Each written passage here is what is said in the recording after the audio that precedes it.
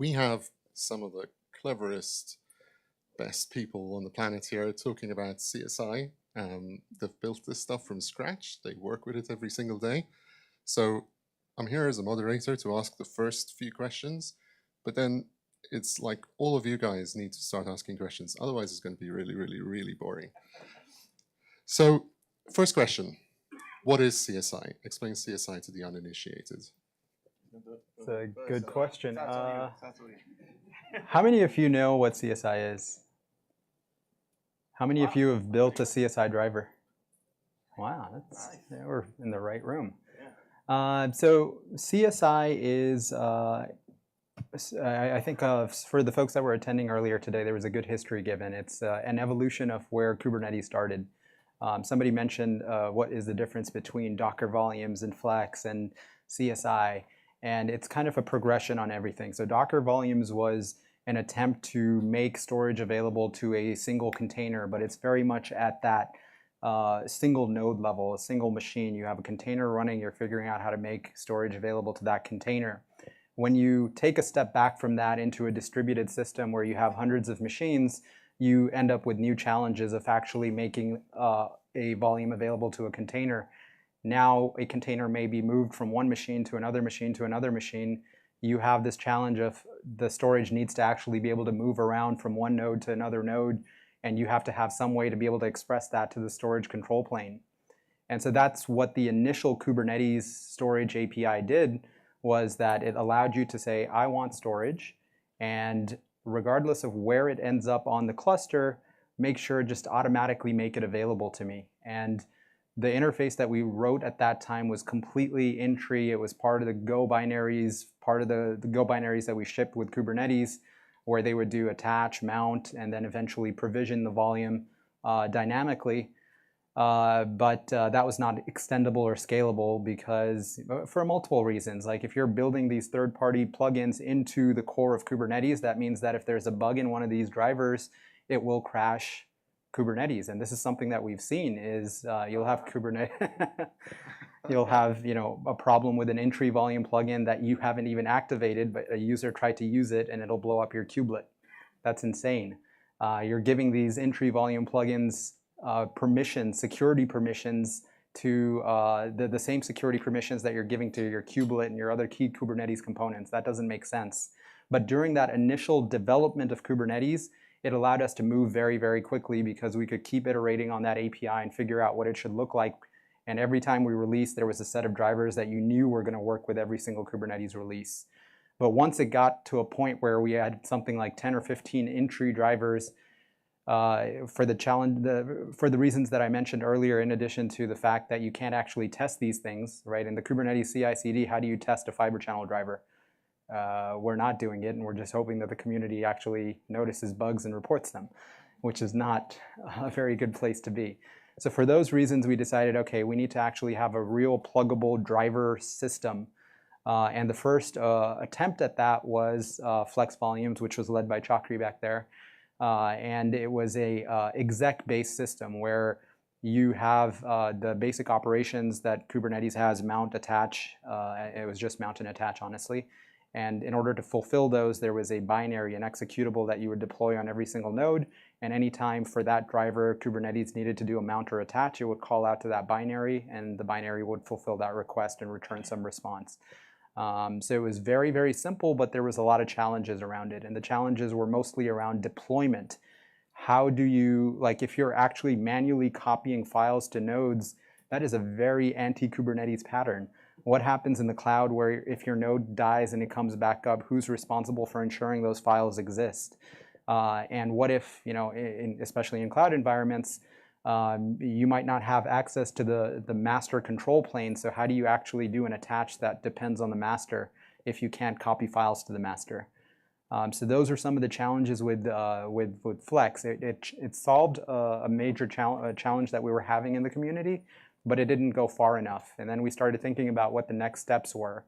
And as we started to figure out what the next steps were, we kind of started hearing rumblings about this is a problem that a lot of orchestrators were facing. And at the time, it wasn't clear who the winner of the orchestration war was going to be.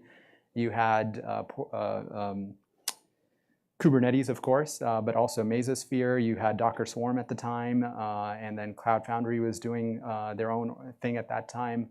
And everybody kind of was running into the same set of challenges of like, I need to make storage available in my orchestration system, and my orchestrator needs to have some way to be able to talk to it. So instead of each of us trying to come up with our own system and making storage vendors write 5 different drivers, we decided maybe it would be beneficial if we all collaborated, orchestrators and storage vendors, on an interface that would work for all of us. So we converted our Flex 2.0 conversations and energy into focusing on CSI and coming up with this standard that would allow us to build out volume plugins in an extensible way. So the initial conversation started about 2 years ago, and it was led by folks in the Kubernetes community, Mesos, Cloud Foundry, Docker, and a handful of storage vendors. And the initial version of the spec came out almost a little over a year ago, 0.1.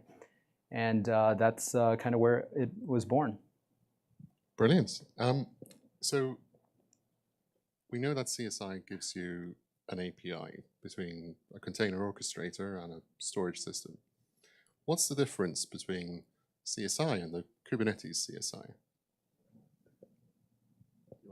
Go ahead.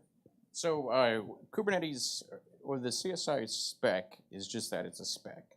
Right, and so there's no state that's maintained in the spec itself. So it's on Kubernetes, or the container orchestration piece, to maintain the state of the interface. So if something's mounted or unmounted, Kubernetes needs to actually manage that. There's nothing in the spec about how it maintains that state. It's all up to the orchestration platform, and that's really the difference. It's just a spec. CSI is just a spec. Yeah, the way to think about it is like a networking protocol. There is the specification that defines what that protocol looks like, and then there's an implementation that implements it.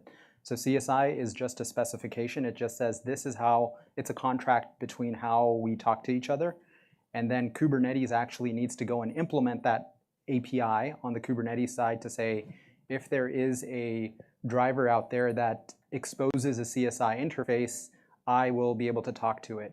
And then on the storage vendor side, they can write a CSI driver that also understands CSI. So it's a language, and then it's an implementation. And I wanted to add that you had mentioned that CSI started about a year ago at 0.1, and I wanted to point out that now we are at 1.0. 1.0, yeah. Starting with 1.13. It's a huge milestone. Yeah. 1.01. Yeah, 1.01.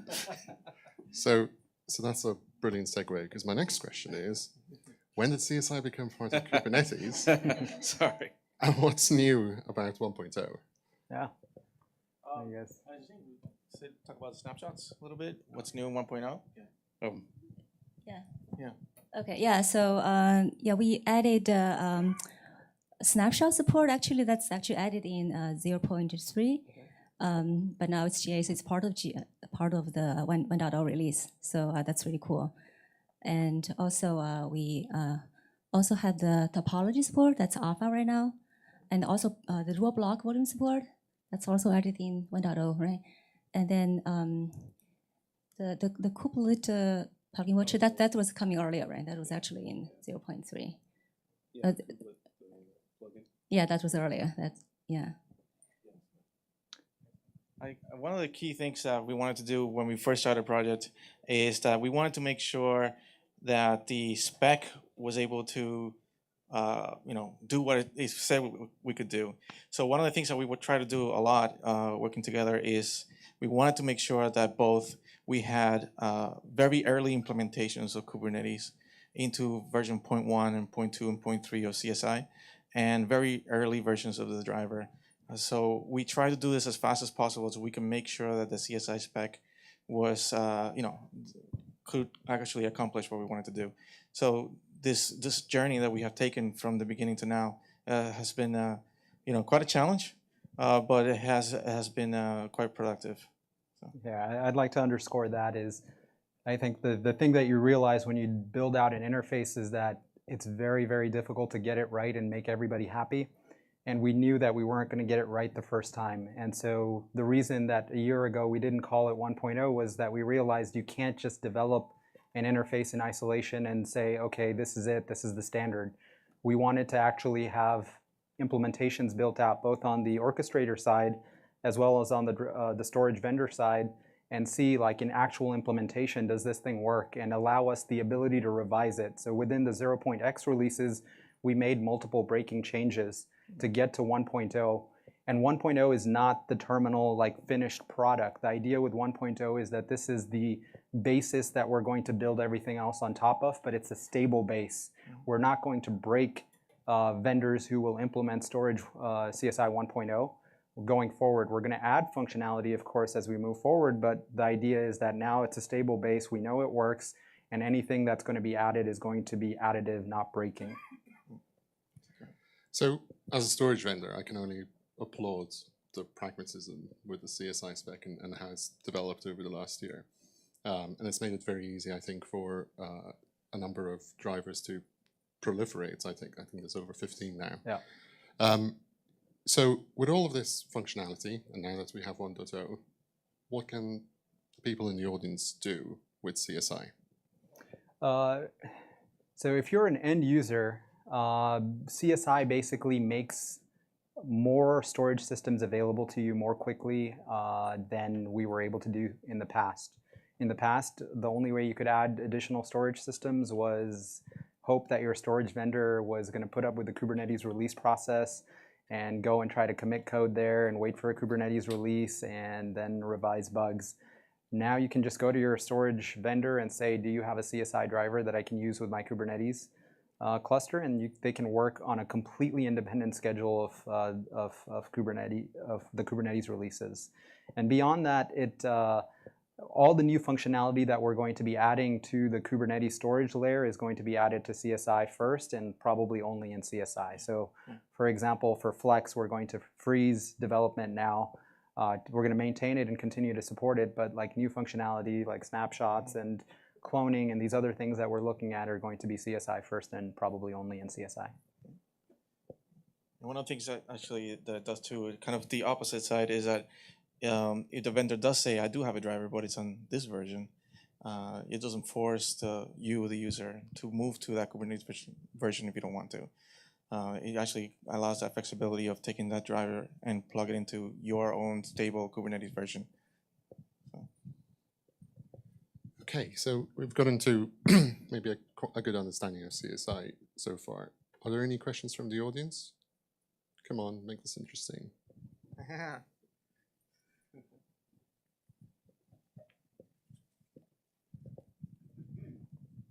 So in the CSI spec, it refers to the CO, and the CO, as far as I've seen, is always like Kubernetes. Are people actually using CSI outside of it? Like, for example, Docker, replacing the Docker volume driver with a CSI driver. Is that a thing anybody's doing? So the big other implementation is Mesosphere with Mesos. But Docker, Cloud Foundry, Mesos have all been very, very closely involved in CSI and are maintainers on CSI. In terms of actual implementation, both Mesos and Cloud Foundry have an experimental implementation of CSI, and they plan to develop that out because they want to move to GA soon. Docker is interesting because CSI is an orchestration layer interface. So for the Docker container runtime, it doesn't make sense to use CSI. So they're going to continue to use volumes. For the Docker Swarm product, which is their cluster orchestration system, I think Deep is over here, and he might be able to actually answer that better for you. But my understanding is that they're actually going to lean on Kubernetes. Kubernetes will be part of Docker Swarm, and they'll use the Kubernetes implementation of CSI. But talk to the Docker folks to get a better understanding of that. I'm just going to add a little bit on that.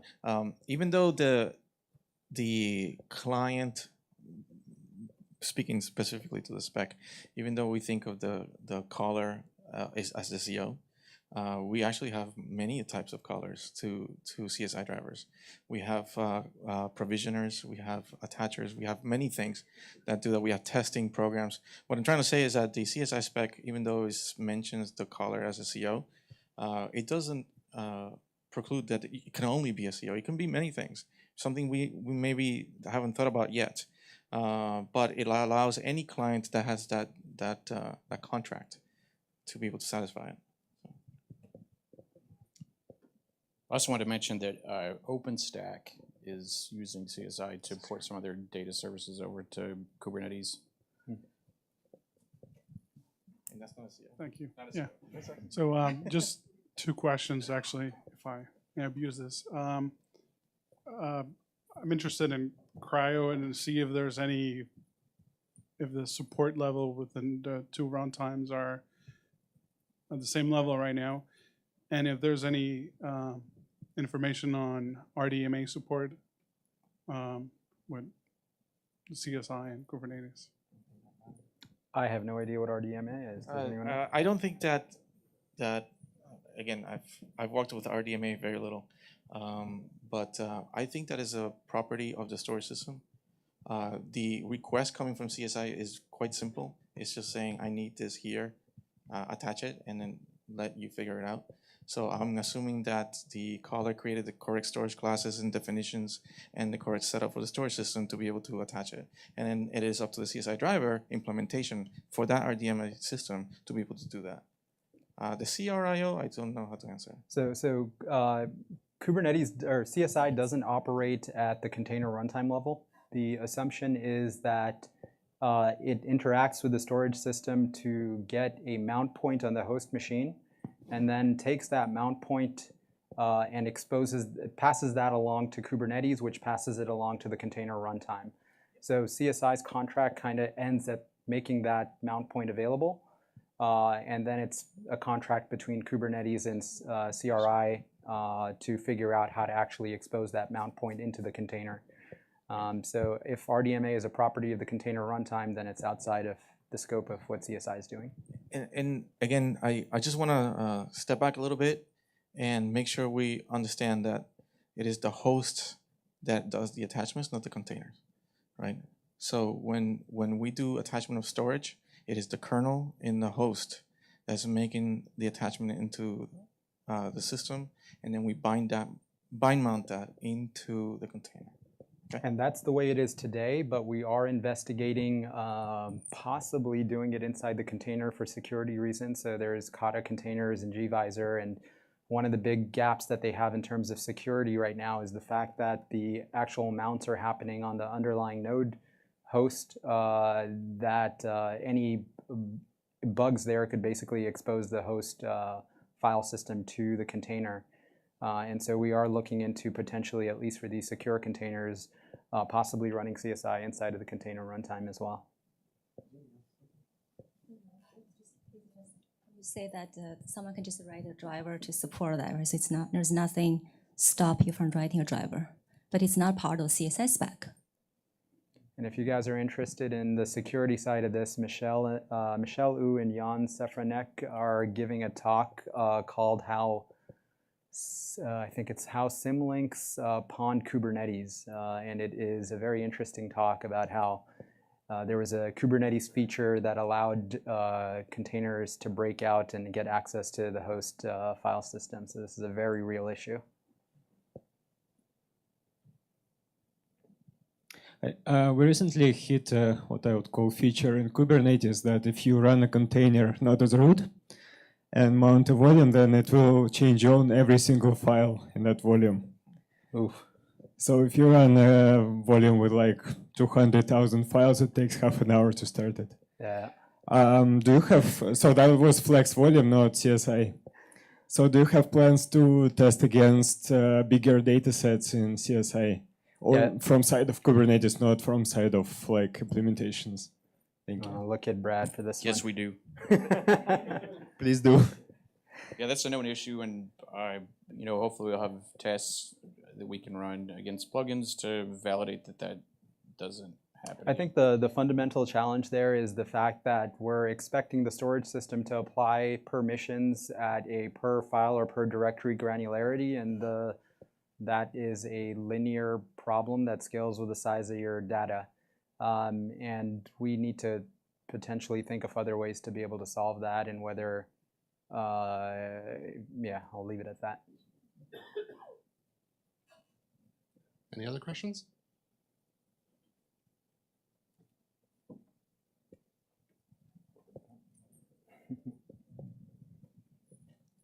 Do you know of any exotic uses of CSI outside of just object storage and file, block mounts? Maybe somebody's using it like as a MySQL CSI storage engine, and every table is a block storage, and only the node with all of the mount points can execute the query.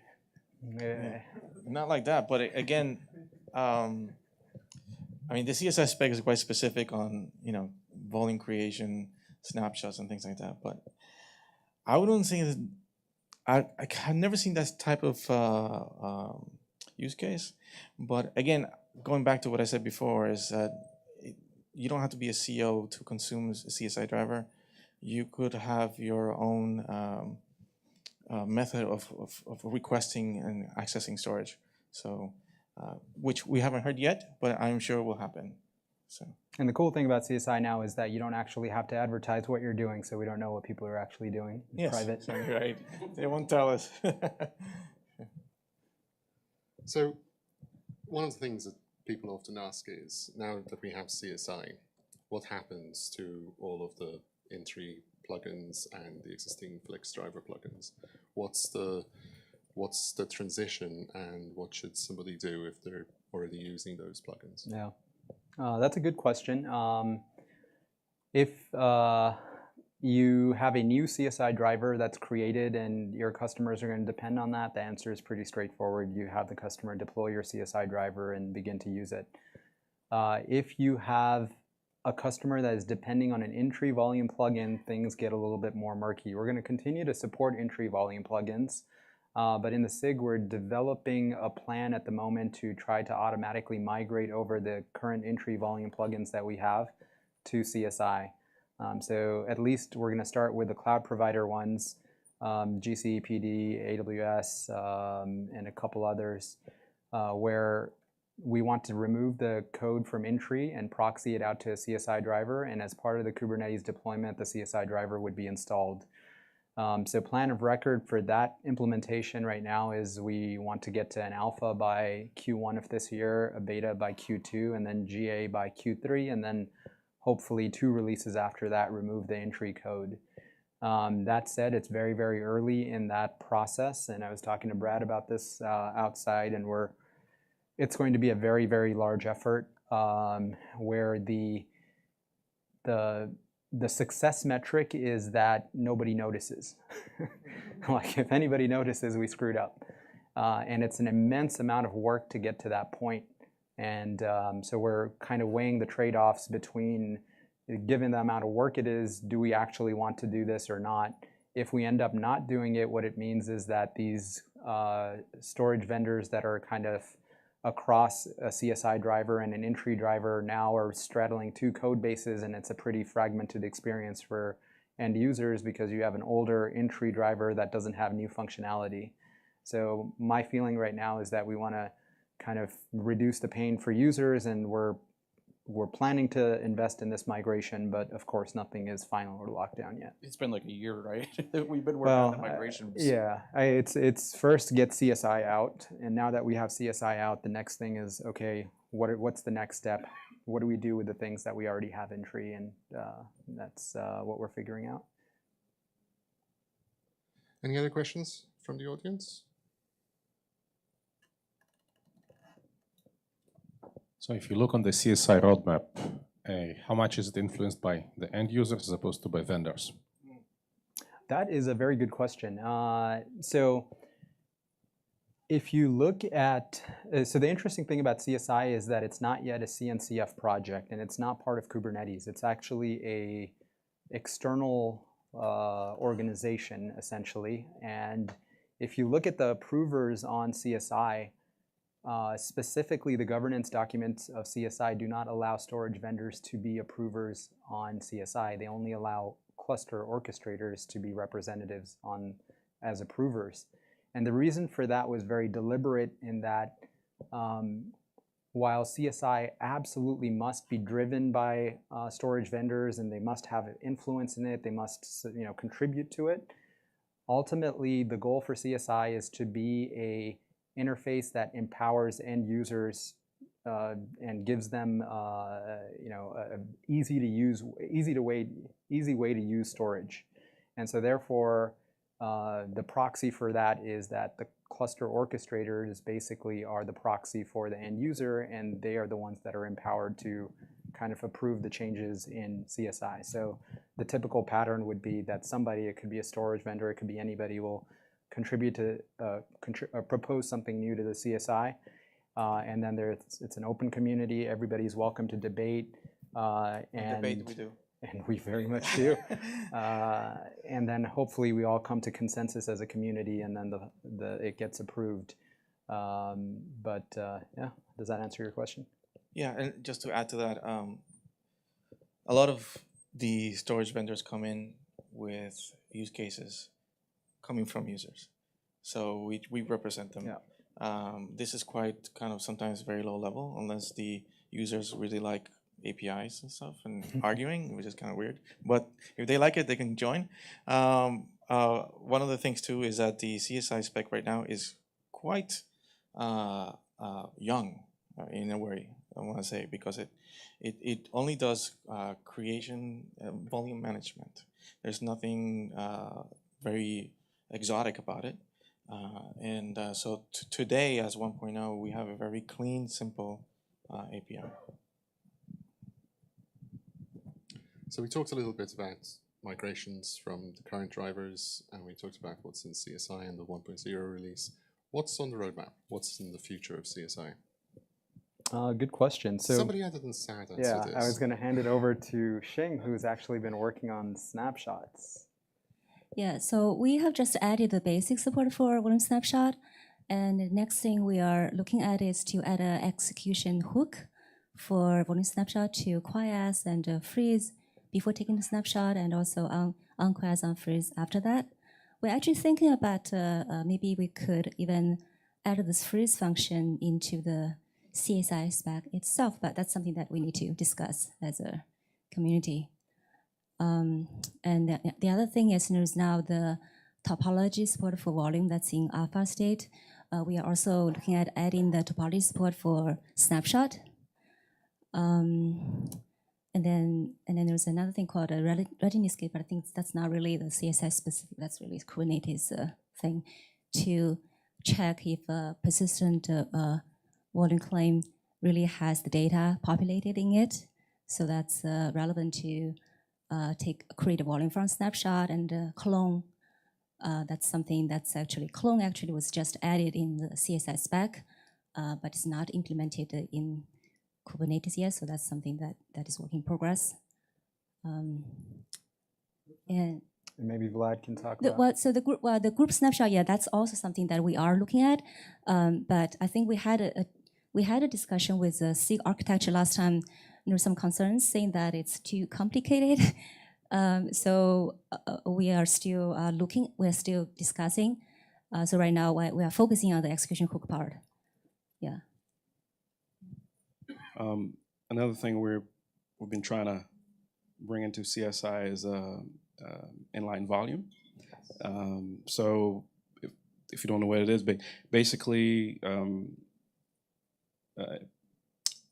existing storage drivers support what we call inline embedding of volume into a pod spec. Today, CSI doesn't support that. And for the last couple quarters, we've been churning, trying to figure out the best way to bring that online. Hopefully, 1.14 will be the lucky release that gets it. So that's another thing that's coming into CSI. That's the only thing I can think of. Kubernetes CSI. Kubernetes CSI, not CSI itself. This is a good point. CSI being a spec that everybody agrees on, but the implementers of CSI can implement CSI however they see fit, and that's exactly what's been happening with Kubernetes. There are places where we've had to kind of extend how CSI works. For instance, the CSI driver API object and the CSI driver info, node info object. These are not necessarily part of CSI, but they're things that we had to do to extend how CSI works specifically for the Kubernetes implementation. So I think just to summarize that real quick, a lot of the work now is not going to be in the actual spec itself. It'll be on the Kubernetes implementation of the spec. The initial version of Kubernetes CSI that we had was very narrowly scoped to focus on remote persistent storage.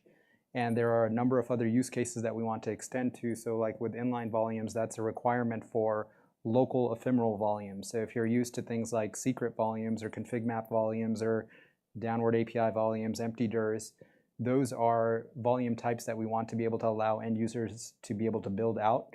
And so we're going to build functionality that'll enable things like that. Brilliant. So I think we're nearly up for time. So one last question. If somebody wants to get involved, oh, we've got another. Okay, one sec. Also answer that question. That's Yeah. the most important question. If somebody wants to get involved, what do they do? What are the mailing lists, the meetings? In which project? Yeah. How? Yeah. Because you can be involved. Yeah. You go ahead. Yours. No, what I was going to say is you can be involved as an implementer of CSI, or be involved as somebody who's working inside Kubernetes to make CSI works. So I'm guessing we're talking about as a Kubernetes implementer. So we have meetings 3 times a week. So if you're up for giving up half of your hours every 3 times a week, you're welcome to join us. So let's say there's 2 major communities. One is Right. the CSI community, which is focused purely on the spec and is beyond just Kubernetes. We have folks from Mesos and all these other communities that are part of that. That meets once a week, 9 a.m. on Wednesdays. And that's focused purely on changes to the CSI spec. So if you're interested in that, take a look at that. If you're interested in the Kubernetes implementation of CSI, then there's 2 venues for you. One is the Kubernetes Storage SIG. We meet every 2 weeks, 9 a.m. on Thursday. And the Kubernetes Storage Special Interest Group is mostly tracking what are the changes going into the next release kind of thing. If you're very much interested specifically in helping implement the Kubernetes CSI implementation group, this group meets 3 times a week, and you are absolutely welcome to join that as well and help out. There's a lot of work left to be done, and it's a very small group, as you can see, who's been doing a lot of the work. And with documentation. Yes, we would love your help with documentation, and there's a lot of work left to be done. Tests, So I love all the people that are showing up here. So if we could get more help from at least some of you, that would be wonderful. And if you're a user, we also have a Slack channel called WG-CSI. Actually, we have a lot of communication there. We take a lot of questions, and we participate in solutions and things like that. We also have an emailing list, but I think the emailing list is more for developers. But the best, I think if you're a user, the best way to get to us, talk to us, questions, things like that, is through WG-CSI on Kubernetes Slack. How quick is that question? We're already 5 minutes. Yeah. Super fast? Super Okay, fast, okay, yes. okay. Super Okay, fast. So I just heard about the execution hooks for the volume snapshotting. So is that something to do with app-aware snapshots? Yes. Yeah. We can talk afterwards. That is. Actually, there is a meetup on Wednesday. We will be talking more about that in detail. Cool. I think we're done. So good job, everyone. Thank you. And a quick round of applause.